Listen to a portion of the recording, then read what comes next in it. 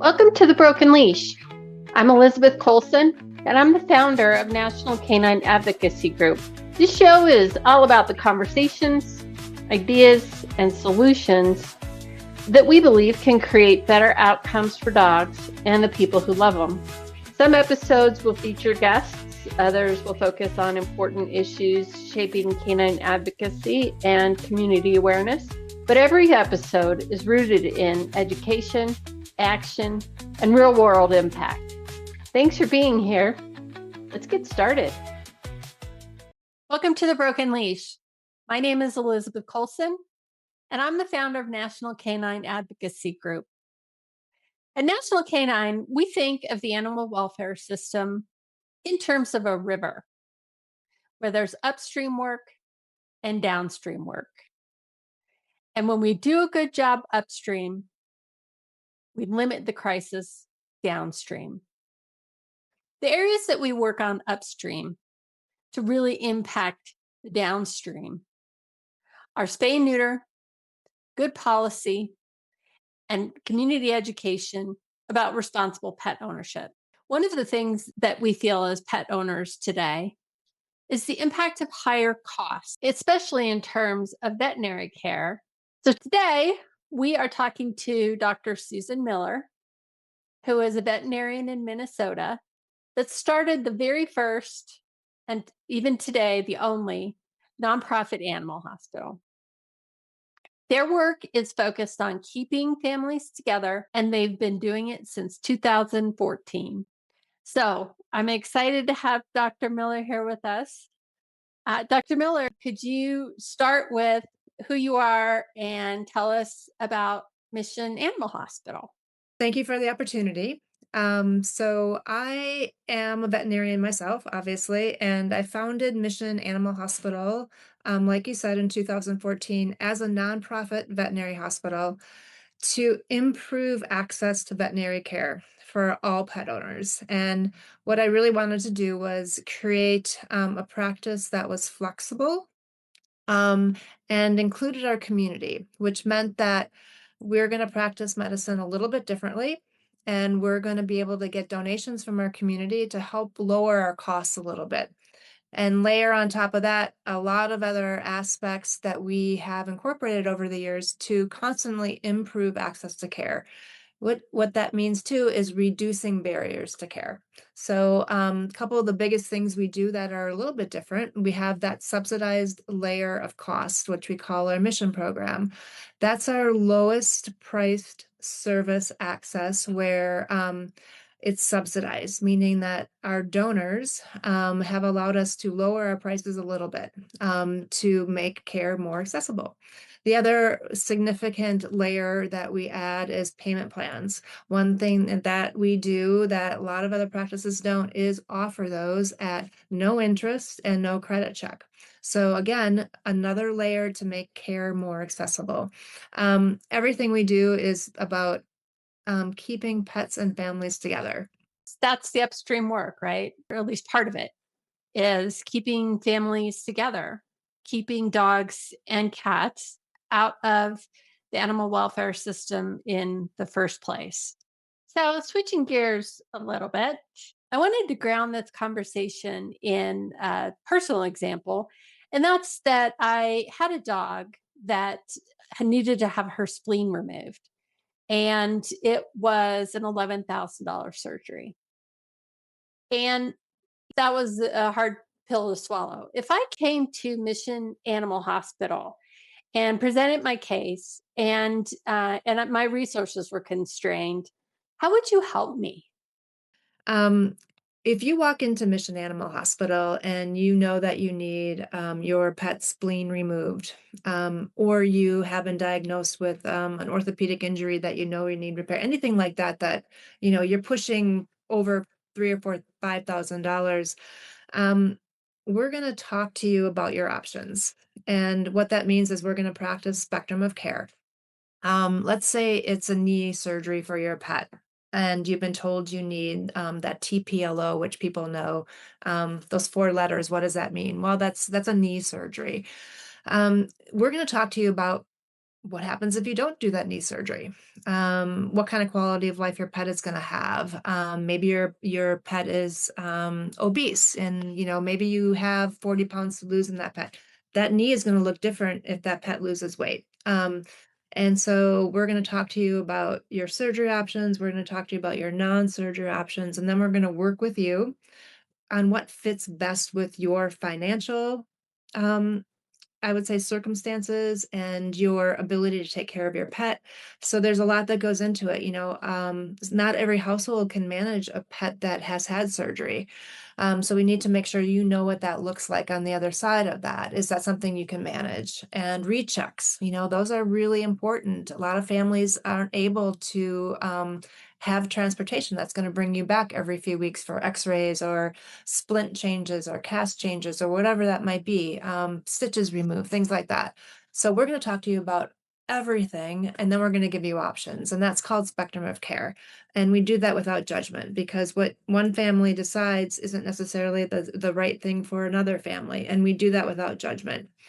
If we need to bring our social worker in, we will do that. That resource will help families access grants and other financial avenues that are available. They'll help them walk through our payment plan and what that means. And at the end of the day, we will make the best decision for that family. So, our sweet spot here at Mission is that expensive urgent care emergency situation with a pet. That's where the expenses can get really elevated. And that's I would say the majority of what we do here. We do have appointments as well. And we do have a general surgery practice for like spays and neuters, and we do some high volume spay neuter for our rescue partners too. As you know, we want to spay and neuter our pets so that we can get them in homes quicker and reduce population. Um, but what we do here is we really address the urgent emergency care that most clients who own pets are going to see in their lifetime a few times. Yeah, and some of us may experience that more than a few times in their lifetime. Having an animal is unfortunately not a cheap proposition. And so, one of the questions that I wanted to get your take on is, why are veterinary costs so expensive these days? I would say the biggest reasons veterinary medicine appears to be so expensive is there's a shortage of veterinarians, which means our costs to retain those veterinarians are higher. Those costs get passed on to our clients. Corporate consolidation is a huge problem in our industry right now. The more corporate consolidation that happens, the more expensive veterinary costs get. And paired with those two things, pet ownership has increased, which means that there's more demand on these limited, expensive resources. So there are a lot of complex reasons. Our overall expenses on our side have increased as well. So, vaccines are probably twice as expensive as they were for us than they were 5 or 6 years ago. So we have inflation on our side as well. So there's a lot of things that are going on, a lot of factors into play. At the end of the day, costs are expensive. Vet care has gotten expensive. But also, you've got to add on to that that everything is expensive, right? Gas is expensive, housing is through the roof, and people have to make some choices, about what they're going to do with their hard-earned money. And I know a lot of people who've decided not to get an animal right now because of the costs associated with having a pet. And I know people who have, are considering rehoming their pet or have rehomed their pet because of costs. And so it's a very real thing. It's part of the animal welfare crisis is what's happening in the human world with just the cost of living. So we've talked about the social work program that you have and the spectrum of care that you are focused on, and some tiered pricing where you're able to help out with some costs through donations. And so now I want to talk about a couple of other programs that I know you all have. And one is the Junior Vets program, and the other is the Student Vet program. I mean, both of these are things that are investing in the future and also diversity. So tell us a little bit about those programs. Well, those are both really closely related. We're partners with the Cristo Rey schools, which are, there's a national school program. There are, I think, 23 Cristo Rey schools across the country. They might not all have the same names. I know there's one in Denver, as well. And so part of their curriculum is a work study program. And the students, freshmen through seniors, are required to 1 day a week work out into the community, with official partnerships of the curriculum. And we are we are actually the first veterinary partner for them. So during the school year, we have 4 students. We have a freshman, a sophomore, a junior, and a senior working at Mission as part of their school curriculum, job sharing our assistant program. And these students come from diverse backgrounds. And one of the problems in our profession, too, is diversity. Um, we are one of the least diverse professions around. And so we think that this program allows access for these diverse students from diverse backgrounds to see what it means to work in a veterinary hospital. They get exposed to things that they never have, and they get exposed to job possibilities they've never even thought of before. So it's working. One of our very first students, I think from 4 years ago now, is in college and he's pre-vet. So he loved what he did. So, it's beautiful to see the progression, and the doors opening for possibilities for these young students.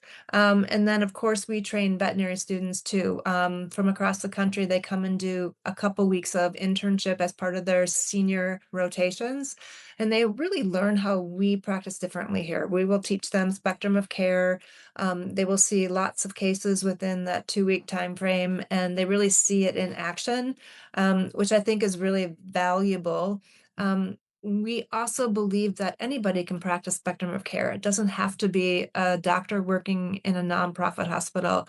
It really should be all doctors everywhere practicing. That's what we firmly believe. So we hope that these students go out and they retain what they learn here and they bring it to wherever they end up.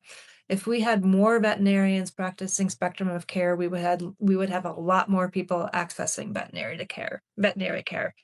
I want to add one thing to what you said about when you go to an emergency and you're told you have this choice, right? And that's it.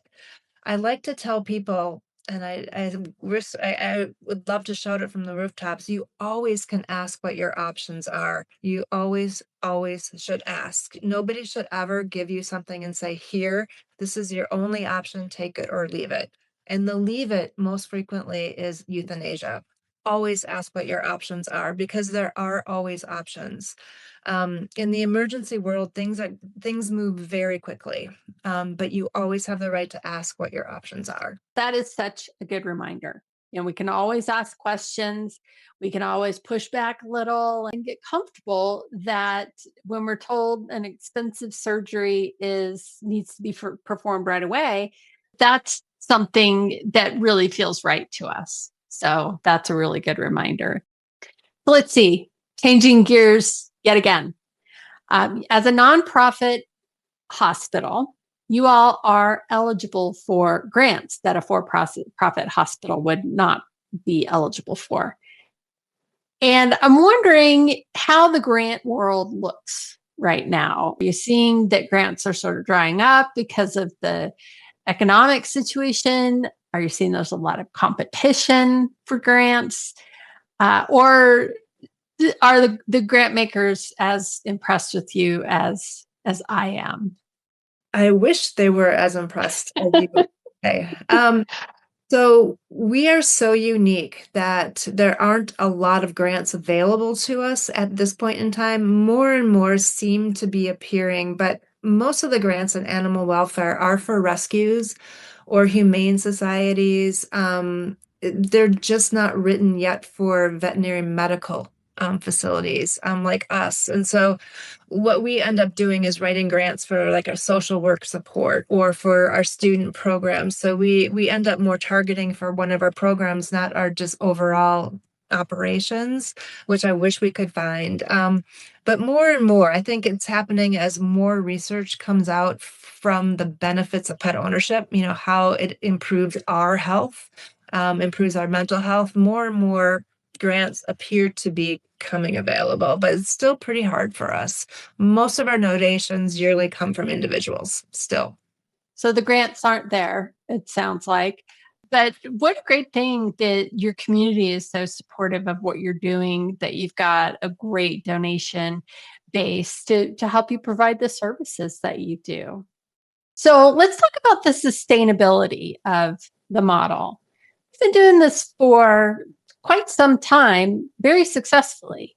The practice, I purchased the for-profit practice the very last day of 2014. And then, so really, yes, technically 2014, but it's really 2015. So we're in our 11th year right now. And so you've shown that the spectrum of care and your programs they're sustainable.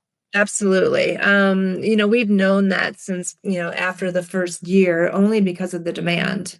And it's still relentless. We have never advertised. We've never done anything aside from word of mouth. And we see over 20,000 pet visits a year, which is we're one of the busiest hospitals here in the state of Minnesota. But it's just a testament to the demand. And we still have, basically unmet demand, unmet community demands. Yeah, you've shown that a nonprofit animal hospital is sustainable. We've known that since, after the first year, only because of the demand. And it's still relentless. We have never advertised. We've never done anything aside from word of mouth. And we see over 20,000 pet visits a year, which is we're one of the busiest hospitals here in the state of Minnesota. But it's just a testament to the demand. And we still have, basically unmet demand, unmet community demands. That's one of the things that we don't talk about a whole lot, at least in my little animal welfare circle, is the impact that demand has on costs. We've talked about supply with a vet shortage and corporate consolidation, but when you have more pet owners, you have more demand for those services. And in the economic world driven by supply and demand, that's going to put pressure on costs. And it's not just one pet, there are more and more households with more than one pet. So that's happening. And the veterinary shortage is predicted to continue well into the 2030s. Wow, a vet shortage through the 2030s. I think it's safe to say with that shortage and with inflation, if it continues at the same pace, and the increase in pet ownership, whether it's a single pet or a multi-pet household, that I don't think we're going to see costs declining anytime soon. What else do you see for veterinary medicine in the future? I think, too, the future of veterinary medicine, there are a lot of possibilities. What is AI going to do to our profession? We're still battling here in the state of Minnesota being able to do telemedicine. There's certain parameters and legal barriers around how you establish your relationship with your pet. You need to do that first in person. You can't do that through telemedicine. So there are a lot of barriers still in place for people to actually access care. One of the biggest is transportation. We know that there are rural communities without access to basic veterinary care, and a lot of pets in the rural areas go without care. So there's still a lot of challenges out there. Yeah, definitely, especially in the rural areas, like you said.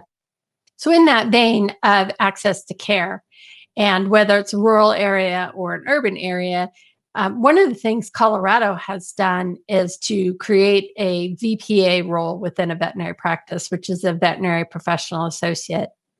And It's a role that can perform many of the procedures that the veterinarian is performing, similar to a physician's assistant or PA at a human medical practice. For veterinary practices that implement this role, the capacity for care will increase dramatically, which means that they can serve more clients, which hopefully means that costs will go down. What do you think about all that? The new practitioner position that passed in Colorado this past year is interesting. The theory is that the more layers of help that our doctors have, the more pets they can see. Um, the way that it's put in place in Colorado, I would say the entire country's watching. We don't really know how these practitioners, who are basically equivalent to our PAs in the medical world, we're not quite sure and clear on how their training is going to be executed, and how they're going to be integrated into practice practically. As it stands right now, they have to work under a doctor's license, which means that the doctor is liable for not only their medical practice, but also this practitioner's practice. And that's not exactly comfortable for a lot of doctors at this point. So a lot of eyes are on Colorado at this point.